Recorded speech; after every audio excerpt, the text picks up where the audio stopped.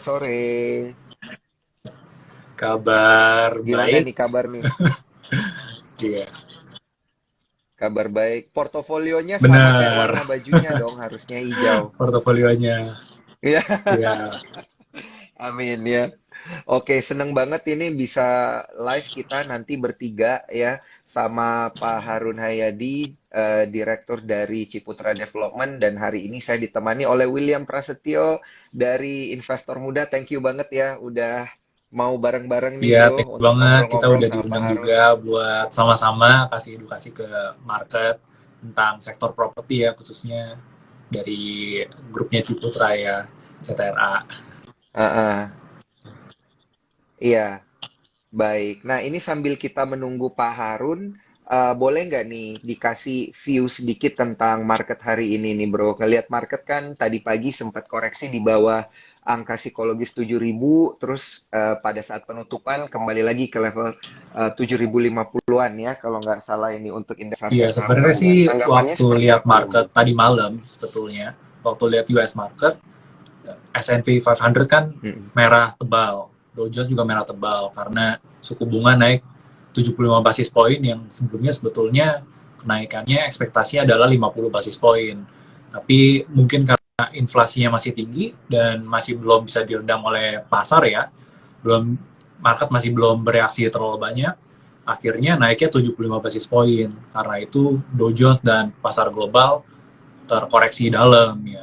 Jadi waktu lihat tadi malam pasar US bergejolak, sebetulnya waktu pagi-pagi agak cukup pesimis sama market Indonesia karena biasanya kan bergeraknya inline. Jadi kalau market US-nya jatuh, drop banyak seperti kemarin tadi malam, biasanya market Indonesia juga jatuhnya lumayan gitu. Tapi kelihatannya market Indonesia lebih cukup resilient ya, karena kita pastinya masih ditopang sama harga komoditi yang masih tinggi seperti sekarang ini. Harga batu bara masih di atas 350, setelah itu CPO juga sebetulnya udah mulai mau peak, mau mulai ngebreak lagi di atas level 3.500 ya gitu. Jadi kayaknya Indonesia masih lebih cukup sehat lah ya secara ekonominya dibandingkan negara-negara lainnya, mungkin seperti negara tetangga kita yang agak cukup struggle dengan pertumbuhan ekonominya dan gimana caranya dia bisa mengatasi inflasinya ya. Cuma kalau lihat ekonomi Indonesia sih, Indonesia secara inflasi, secara makroekonomi masih cukup bagus, inflasinya masih terkendali, kenaikan suku bunganya juga nggak perlu terlalu agresif seagresif di Amerika, karena kita masih punya cadangan devisa yang cukup tebal ya. Jadi sebetulnya sih dengan kondisi seperti sekarang, walaupun kita lihat USD IDR udah di atas 15.600 ya, 15.500, setelah itu 15.600, banyak emiten-emiten yang komoditi base dan mereka biasanya punya basis pendapatan dalam USD ya gitu. Jadi lebih condong lebih ngeliatin perusahaan-perusahaan yang emang diuntungkan dari US dollar yang menguat seperti sekarang, perusahaan-perusahaan ekspor seperti Indah Kiat, Ciwi Kimia. Setelah itu ada juga perusahaan-perusahaan komoditi ya, seperti energi sebetulnya juga diuntungkan juga dengan harga komoditi dan harga dengan kurs US dollar yang cukup naik banyak ya gitu. Seperti itu sih kalau menurut pandangan gue. Oke, oke. Ini menarik banget nih, Bro. Tadi lu ada kasih info tentang update dari global market ya. Ini bahwa The Fed memang mengerek suku bunganya naik 75 basis point jadi 3,75 sampai 4%. Nah, ini kan jadinya spare sama kitanya itu kurang lebih ya, cuman Betul. beda 25 sampai Iya. 50 basis point loh. Takutnya kan jadinya nanti suku bunganya di Indonesia ini dianggap kurang kompetitif, takutnya ada outflow. Tapi mungkin karena ekonomi kita lebih kuat, jadinya kita ngelihat ini Iya. IHSG-nya masih resilient Iya. ya. Ekonomi kita Basically juga sih kan masih sebetulnya resilient kalau lihat sebenarnya. Gitu ya. outflow, Oke. net outflow lebih ada di pasar Mm-mm. obligasi ya. Jadi pasar obligasi udah kehilangan ratusan triliun sebetulnya. Tapi kalau sebetulnya kalau kita berpikir sebagai Mm-mm. investor asing mau investnya di mana ya? Either dia ya udah balikin uangnya ke negaranya dia dalam bentuk USD, atau dia invest di perusahaan di negara-negara yang emang pertumbuhannya masih bagus dan diuntungkan dengan kondisi seperti sekarang ini. Jadi kalau kita lihat pasar equity Mm-mm. sebetulnya year to date net inflow, masih net inflow. Oh, oke, oke, oke, oke. Kalau masih net inflow itu kan berarti menandakan yang tadi, yang pertama ekonomi resilient dan juga angka rupiah kita walaupun melemah dan sifatnya gradual, ini kan masih bisa dibilang lebih kuat daripada mata uang Iya, lain yang betul berbanding sekali. dolar gitu ya, bro ya. Dibanding mata uang yang lain, kita masih lebih Mhm, strong ya, masih lebih baik gitu. Apalagi kita kan commodity base ya, ekspor mhm. base Oke. commodity. Mhm. Baik. Nah, ini sambil kita menunggu Pak Harun. Saya mau ingatkan kembali untuk para cuan troopers yang ingin bertanya, persiapkan pertanyaannya dan masukkan di kolom question and answer, karena saya akan langsung invite Pak Harun Hayadi, ini Direktur dari PT Ciputra Development atau emiten CTRA. Langsung saya invite, Pak Harunnya udah masuk, kita tunggu koneksinya. Wah, ini menarik nih. Kita bisa langsung nanya-nanya banyak ini, bro. Langsung ke Iya, Pak seru banget nih. Harunnya. Bisa langsung ketemu sama manajemen ya. Oke, ini sepertinya iya, bener, bener, bener. Kalau dulu biasanya ketemu Pak Harun pas lewat TV, interview TV. Sekarang bisa via Instagram supaya lebih dekat sama investor. Sudah belum? Oke. Belum ya? Ya, saya udah dengar suaranya Pak Harun. Selamat sore. Kabar sehat, Pak Harun. Videonya belum ya? Videonya belum, Pak. Oke, Ya, oke. Sekarang udah, Pak. sip. Oke, mantap. Halo, sore Pak Sore Harun. Pak Kabar Harun. sehat, Pak Harun? Sore. Baik. Siapa aja yang join? Ini saya Daniel, Pak. Dulu kita sering ngobrol via CNBC, tapi sekarang saya di Sukor. Ini ada teman dari investor muda, komunitas Ya. untuk investasi saham, diwakili Iya. oleh Oh, William Prasetyo. investor-investor ya. Salam kenal Pak Iya. Harun. Oke, Oke. Pak. Salam kenal. Mantap.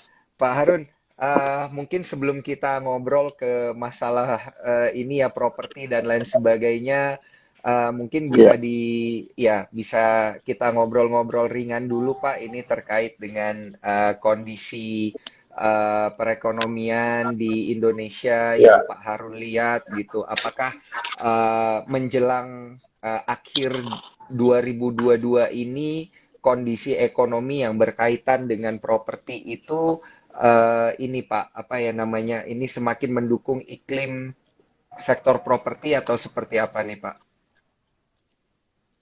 Ya. Terima kasih, Daniel. Jadi gini, memang saya kira banyak sekali cerita mengenai kondisi ekonomi global yang agak kurang positif, ya. Dan Pak Presiden sendiri sebenarnya sudah menyampaikan itu beberapa kali. Dan menurut saya ini sangat mempengaruhi sentimen dari perekonomian kita juga. Saya ngerti Pak Presiden ingin memperingatkan bahwa kita jangan sampai complacent, kita harus siap-siap kalau apa yang terjadi di luar itu sampai mempengaruhi di tempat kita. Tetapi menurut saya karena peringatannya itu berkali-kali, jadi mempengaruhi sentimen investasi di Indonesia. Kita lihat bahwa stock market is still okay, ya, walaupun sudah lebih rendah daripada tahun lalu, tetapi masih bearable. Tetapi kalau kita lihat yang di properti, kita bisa melihat bahwa di bulan September menjelang akhir September dan bulan Oktober itu terasa kurang baik. Saya monitor penjualan itu kan real time, kita punya dashboard real time, jadi saya bisa lihat bahwa terjadi penurunan karena banyak sekali yang takut berinvestasi kembali. Takut berinvestasi di properti Takutnya Baik. itu kalau misalnya sampai ekonomi kurang baik, lantas gimana gitu kan. Mhm. Itu lah. Oke, oke, oke. Menarik ini. Nah, ini mungkin ada pertanyaan juga Iya, langsung dari William Ya, yang mau iya, ditanyakan sebenarnya ke sih William saya silakan. Harun. udah Silakan. liatin performa Ciputra udah dari kuartal 2 2022 ya. Karena sejak pandemi kan ada insentif Ya, PPN dan insentif itu cukup besar dan signifikan sekali ke penjualan properti ya sebetulnya ya. Dan dengan suku bunga yang cukup rendah dibandingkan tahun-tahun lalu, sebetulnya sangat memboost sektor properti dan emang resultnya ke bottom line-nya Ciputra sangat bagus sekali. Saya udah liatin top line-nya bagus, penjualannya bagus, dan bahkan sampai bottom line-nya year on year kuartal 2 2022 naik sampai 2 kali lipat, 100% gitu. Nah, dan saya juga punya betul. history, jadi tahun 2009 waktu community boom, 2012 property boom gitu. Dan mungkin ini pertanyaan saya ya Pak, pertanyaan saya apakah cycle ini bakalan menjadi cycle yang sama karena faktor-faktornya juga mirip ya seperti tahun 2009 waktu market crash, setelah Ya, itu quantitative easing inflasinya mulai pick up, dan setelah itu community boom baru properti hmm, penjualannya meningkat semua karena mungkin kan cenderung orang habis udah punya uang banyak, uangnya harus dikemanain nih gitu. Ya mungkin mereka baiknya invest di properti, betul. harga properti naik. Kira-kira Betul. cycle-nya apakah akan seperti Ya, 2009 lagi, Pak?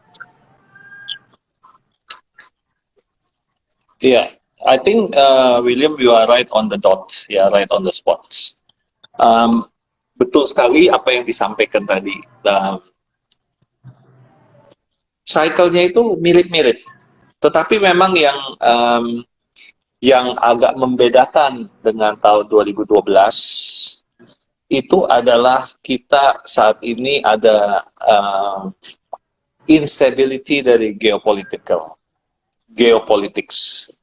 Ini yang mungkin satu perbedaan yang besar dengan cycle yang sebelumnya, atau dari pattern sebelumnya itu perbedaannya satu ini.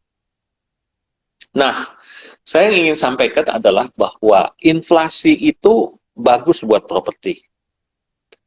Tetapi inflasi itu tidak boleh kelamaan. Karena kalau inflasi yang kelamaan mengakibatkan interest rate yang dinaikkan terus-menerus, karena untuk mengkompensate inflasi, ya, untuk menekan inflasi kan harus menaikkan suku bunga. Itu there's no other way gitu loh. Kalau kita belajar Econ 101 dari university dulu, ya that's the only way untuk menekan inflasi, jadi menaikkan suku bunga. Nah, tapi kalau kelamaan, ini malah akan mengakibatkan cycle, atau bukan cycle, akan mengakibatkan situasi yang jelek, ya. Itu mungkin terjadi di tahun 80-an, waktu oil price naik gila-gilaan, kita mencapai inflasi yang begitu tinggi, bunga naik banyak, sehingga banyak sekali savings and loan di Amerika yang fail. Nanti bisa di Google itu, savings and loan yang fail. Nah, waktu fail itulah terjadi property crash juga. Ya, properti berjatuhan. Mungkin properti berjatuhan itu seperti kita tahun 98-99, tetapi itu juga situasinya berbeda lagi, itu ya, itu situasi yang berbeda sekali. Tetapi inflasi yang saya ingin sampaikan, inflasi is good, tapi nggak boleh kelamaan. Nah, makanya the government is struggling di Amerika maupun di sini, bagaimana caranya mengelola inflasi ini jangan sampai kelamaan.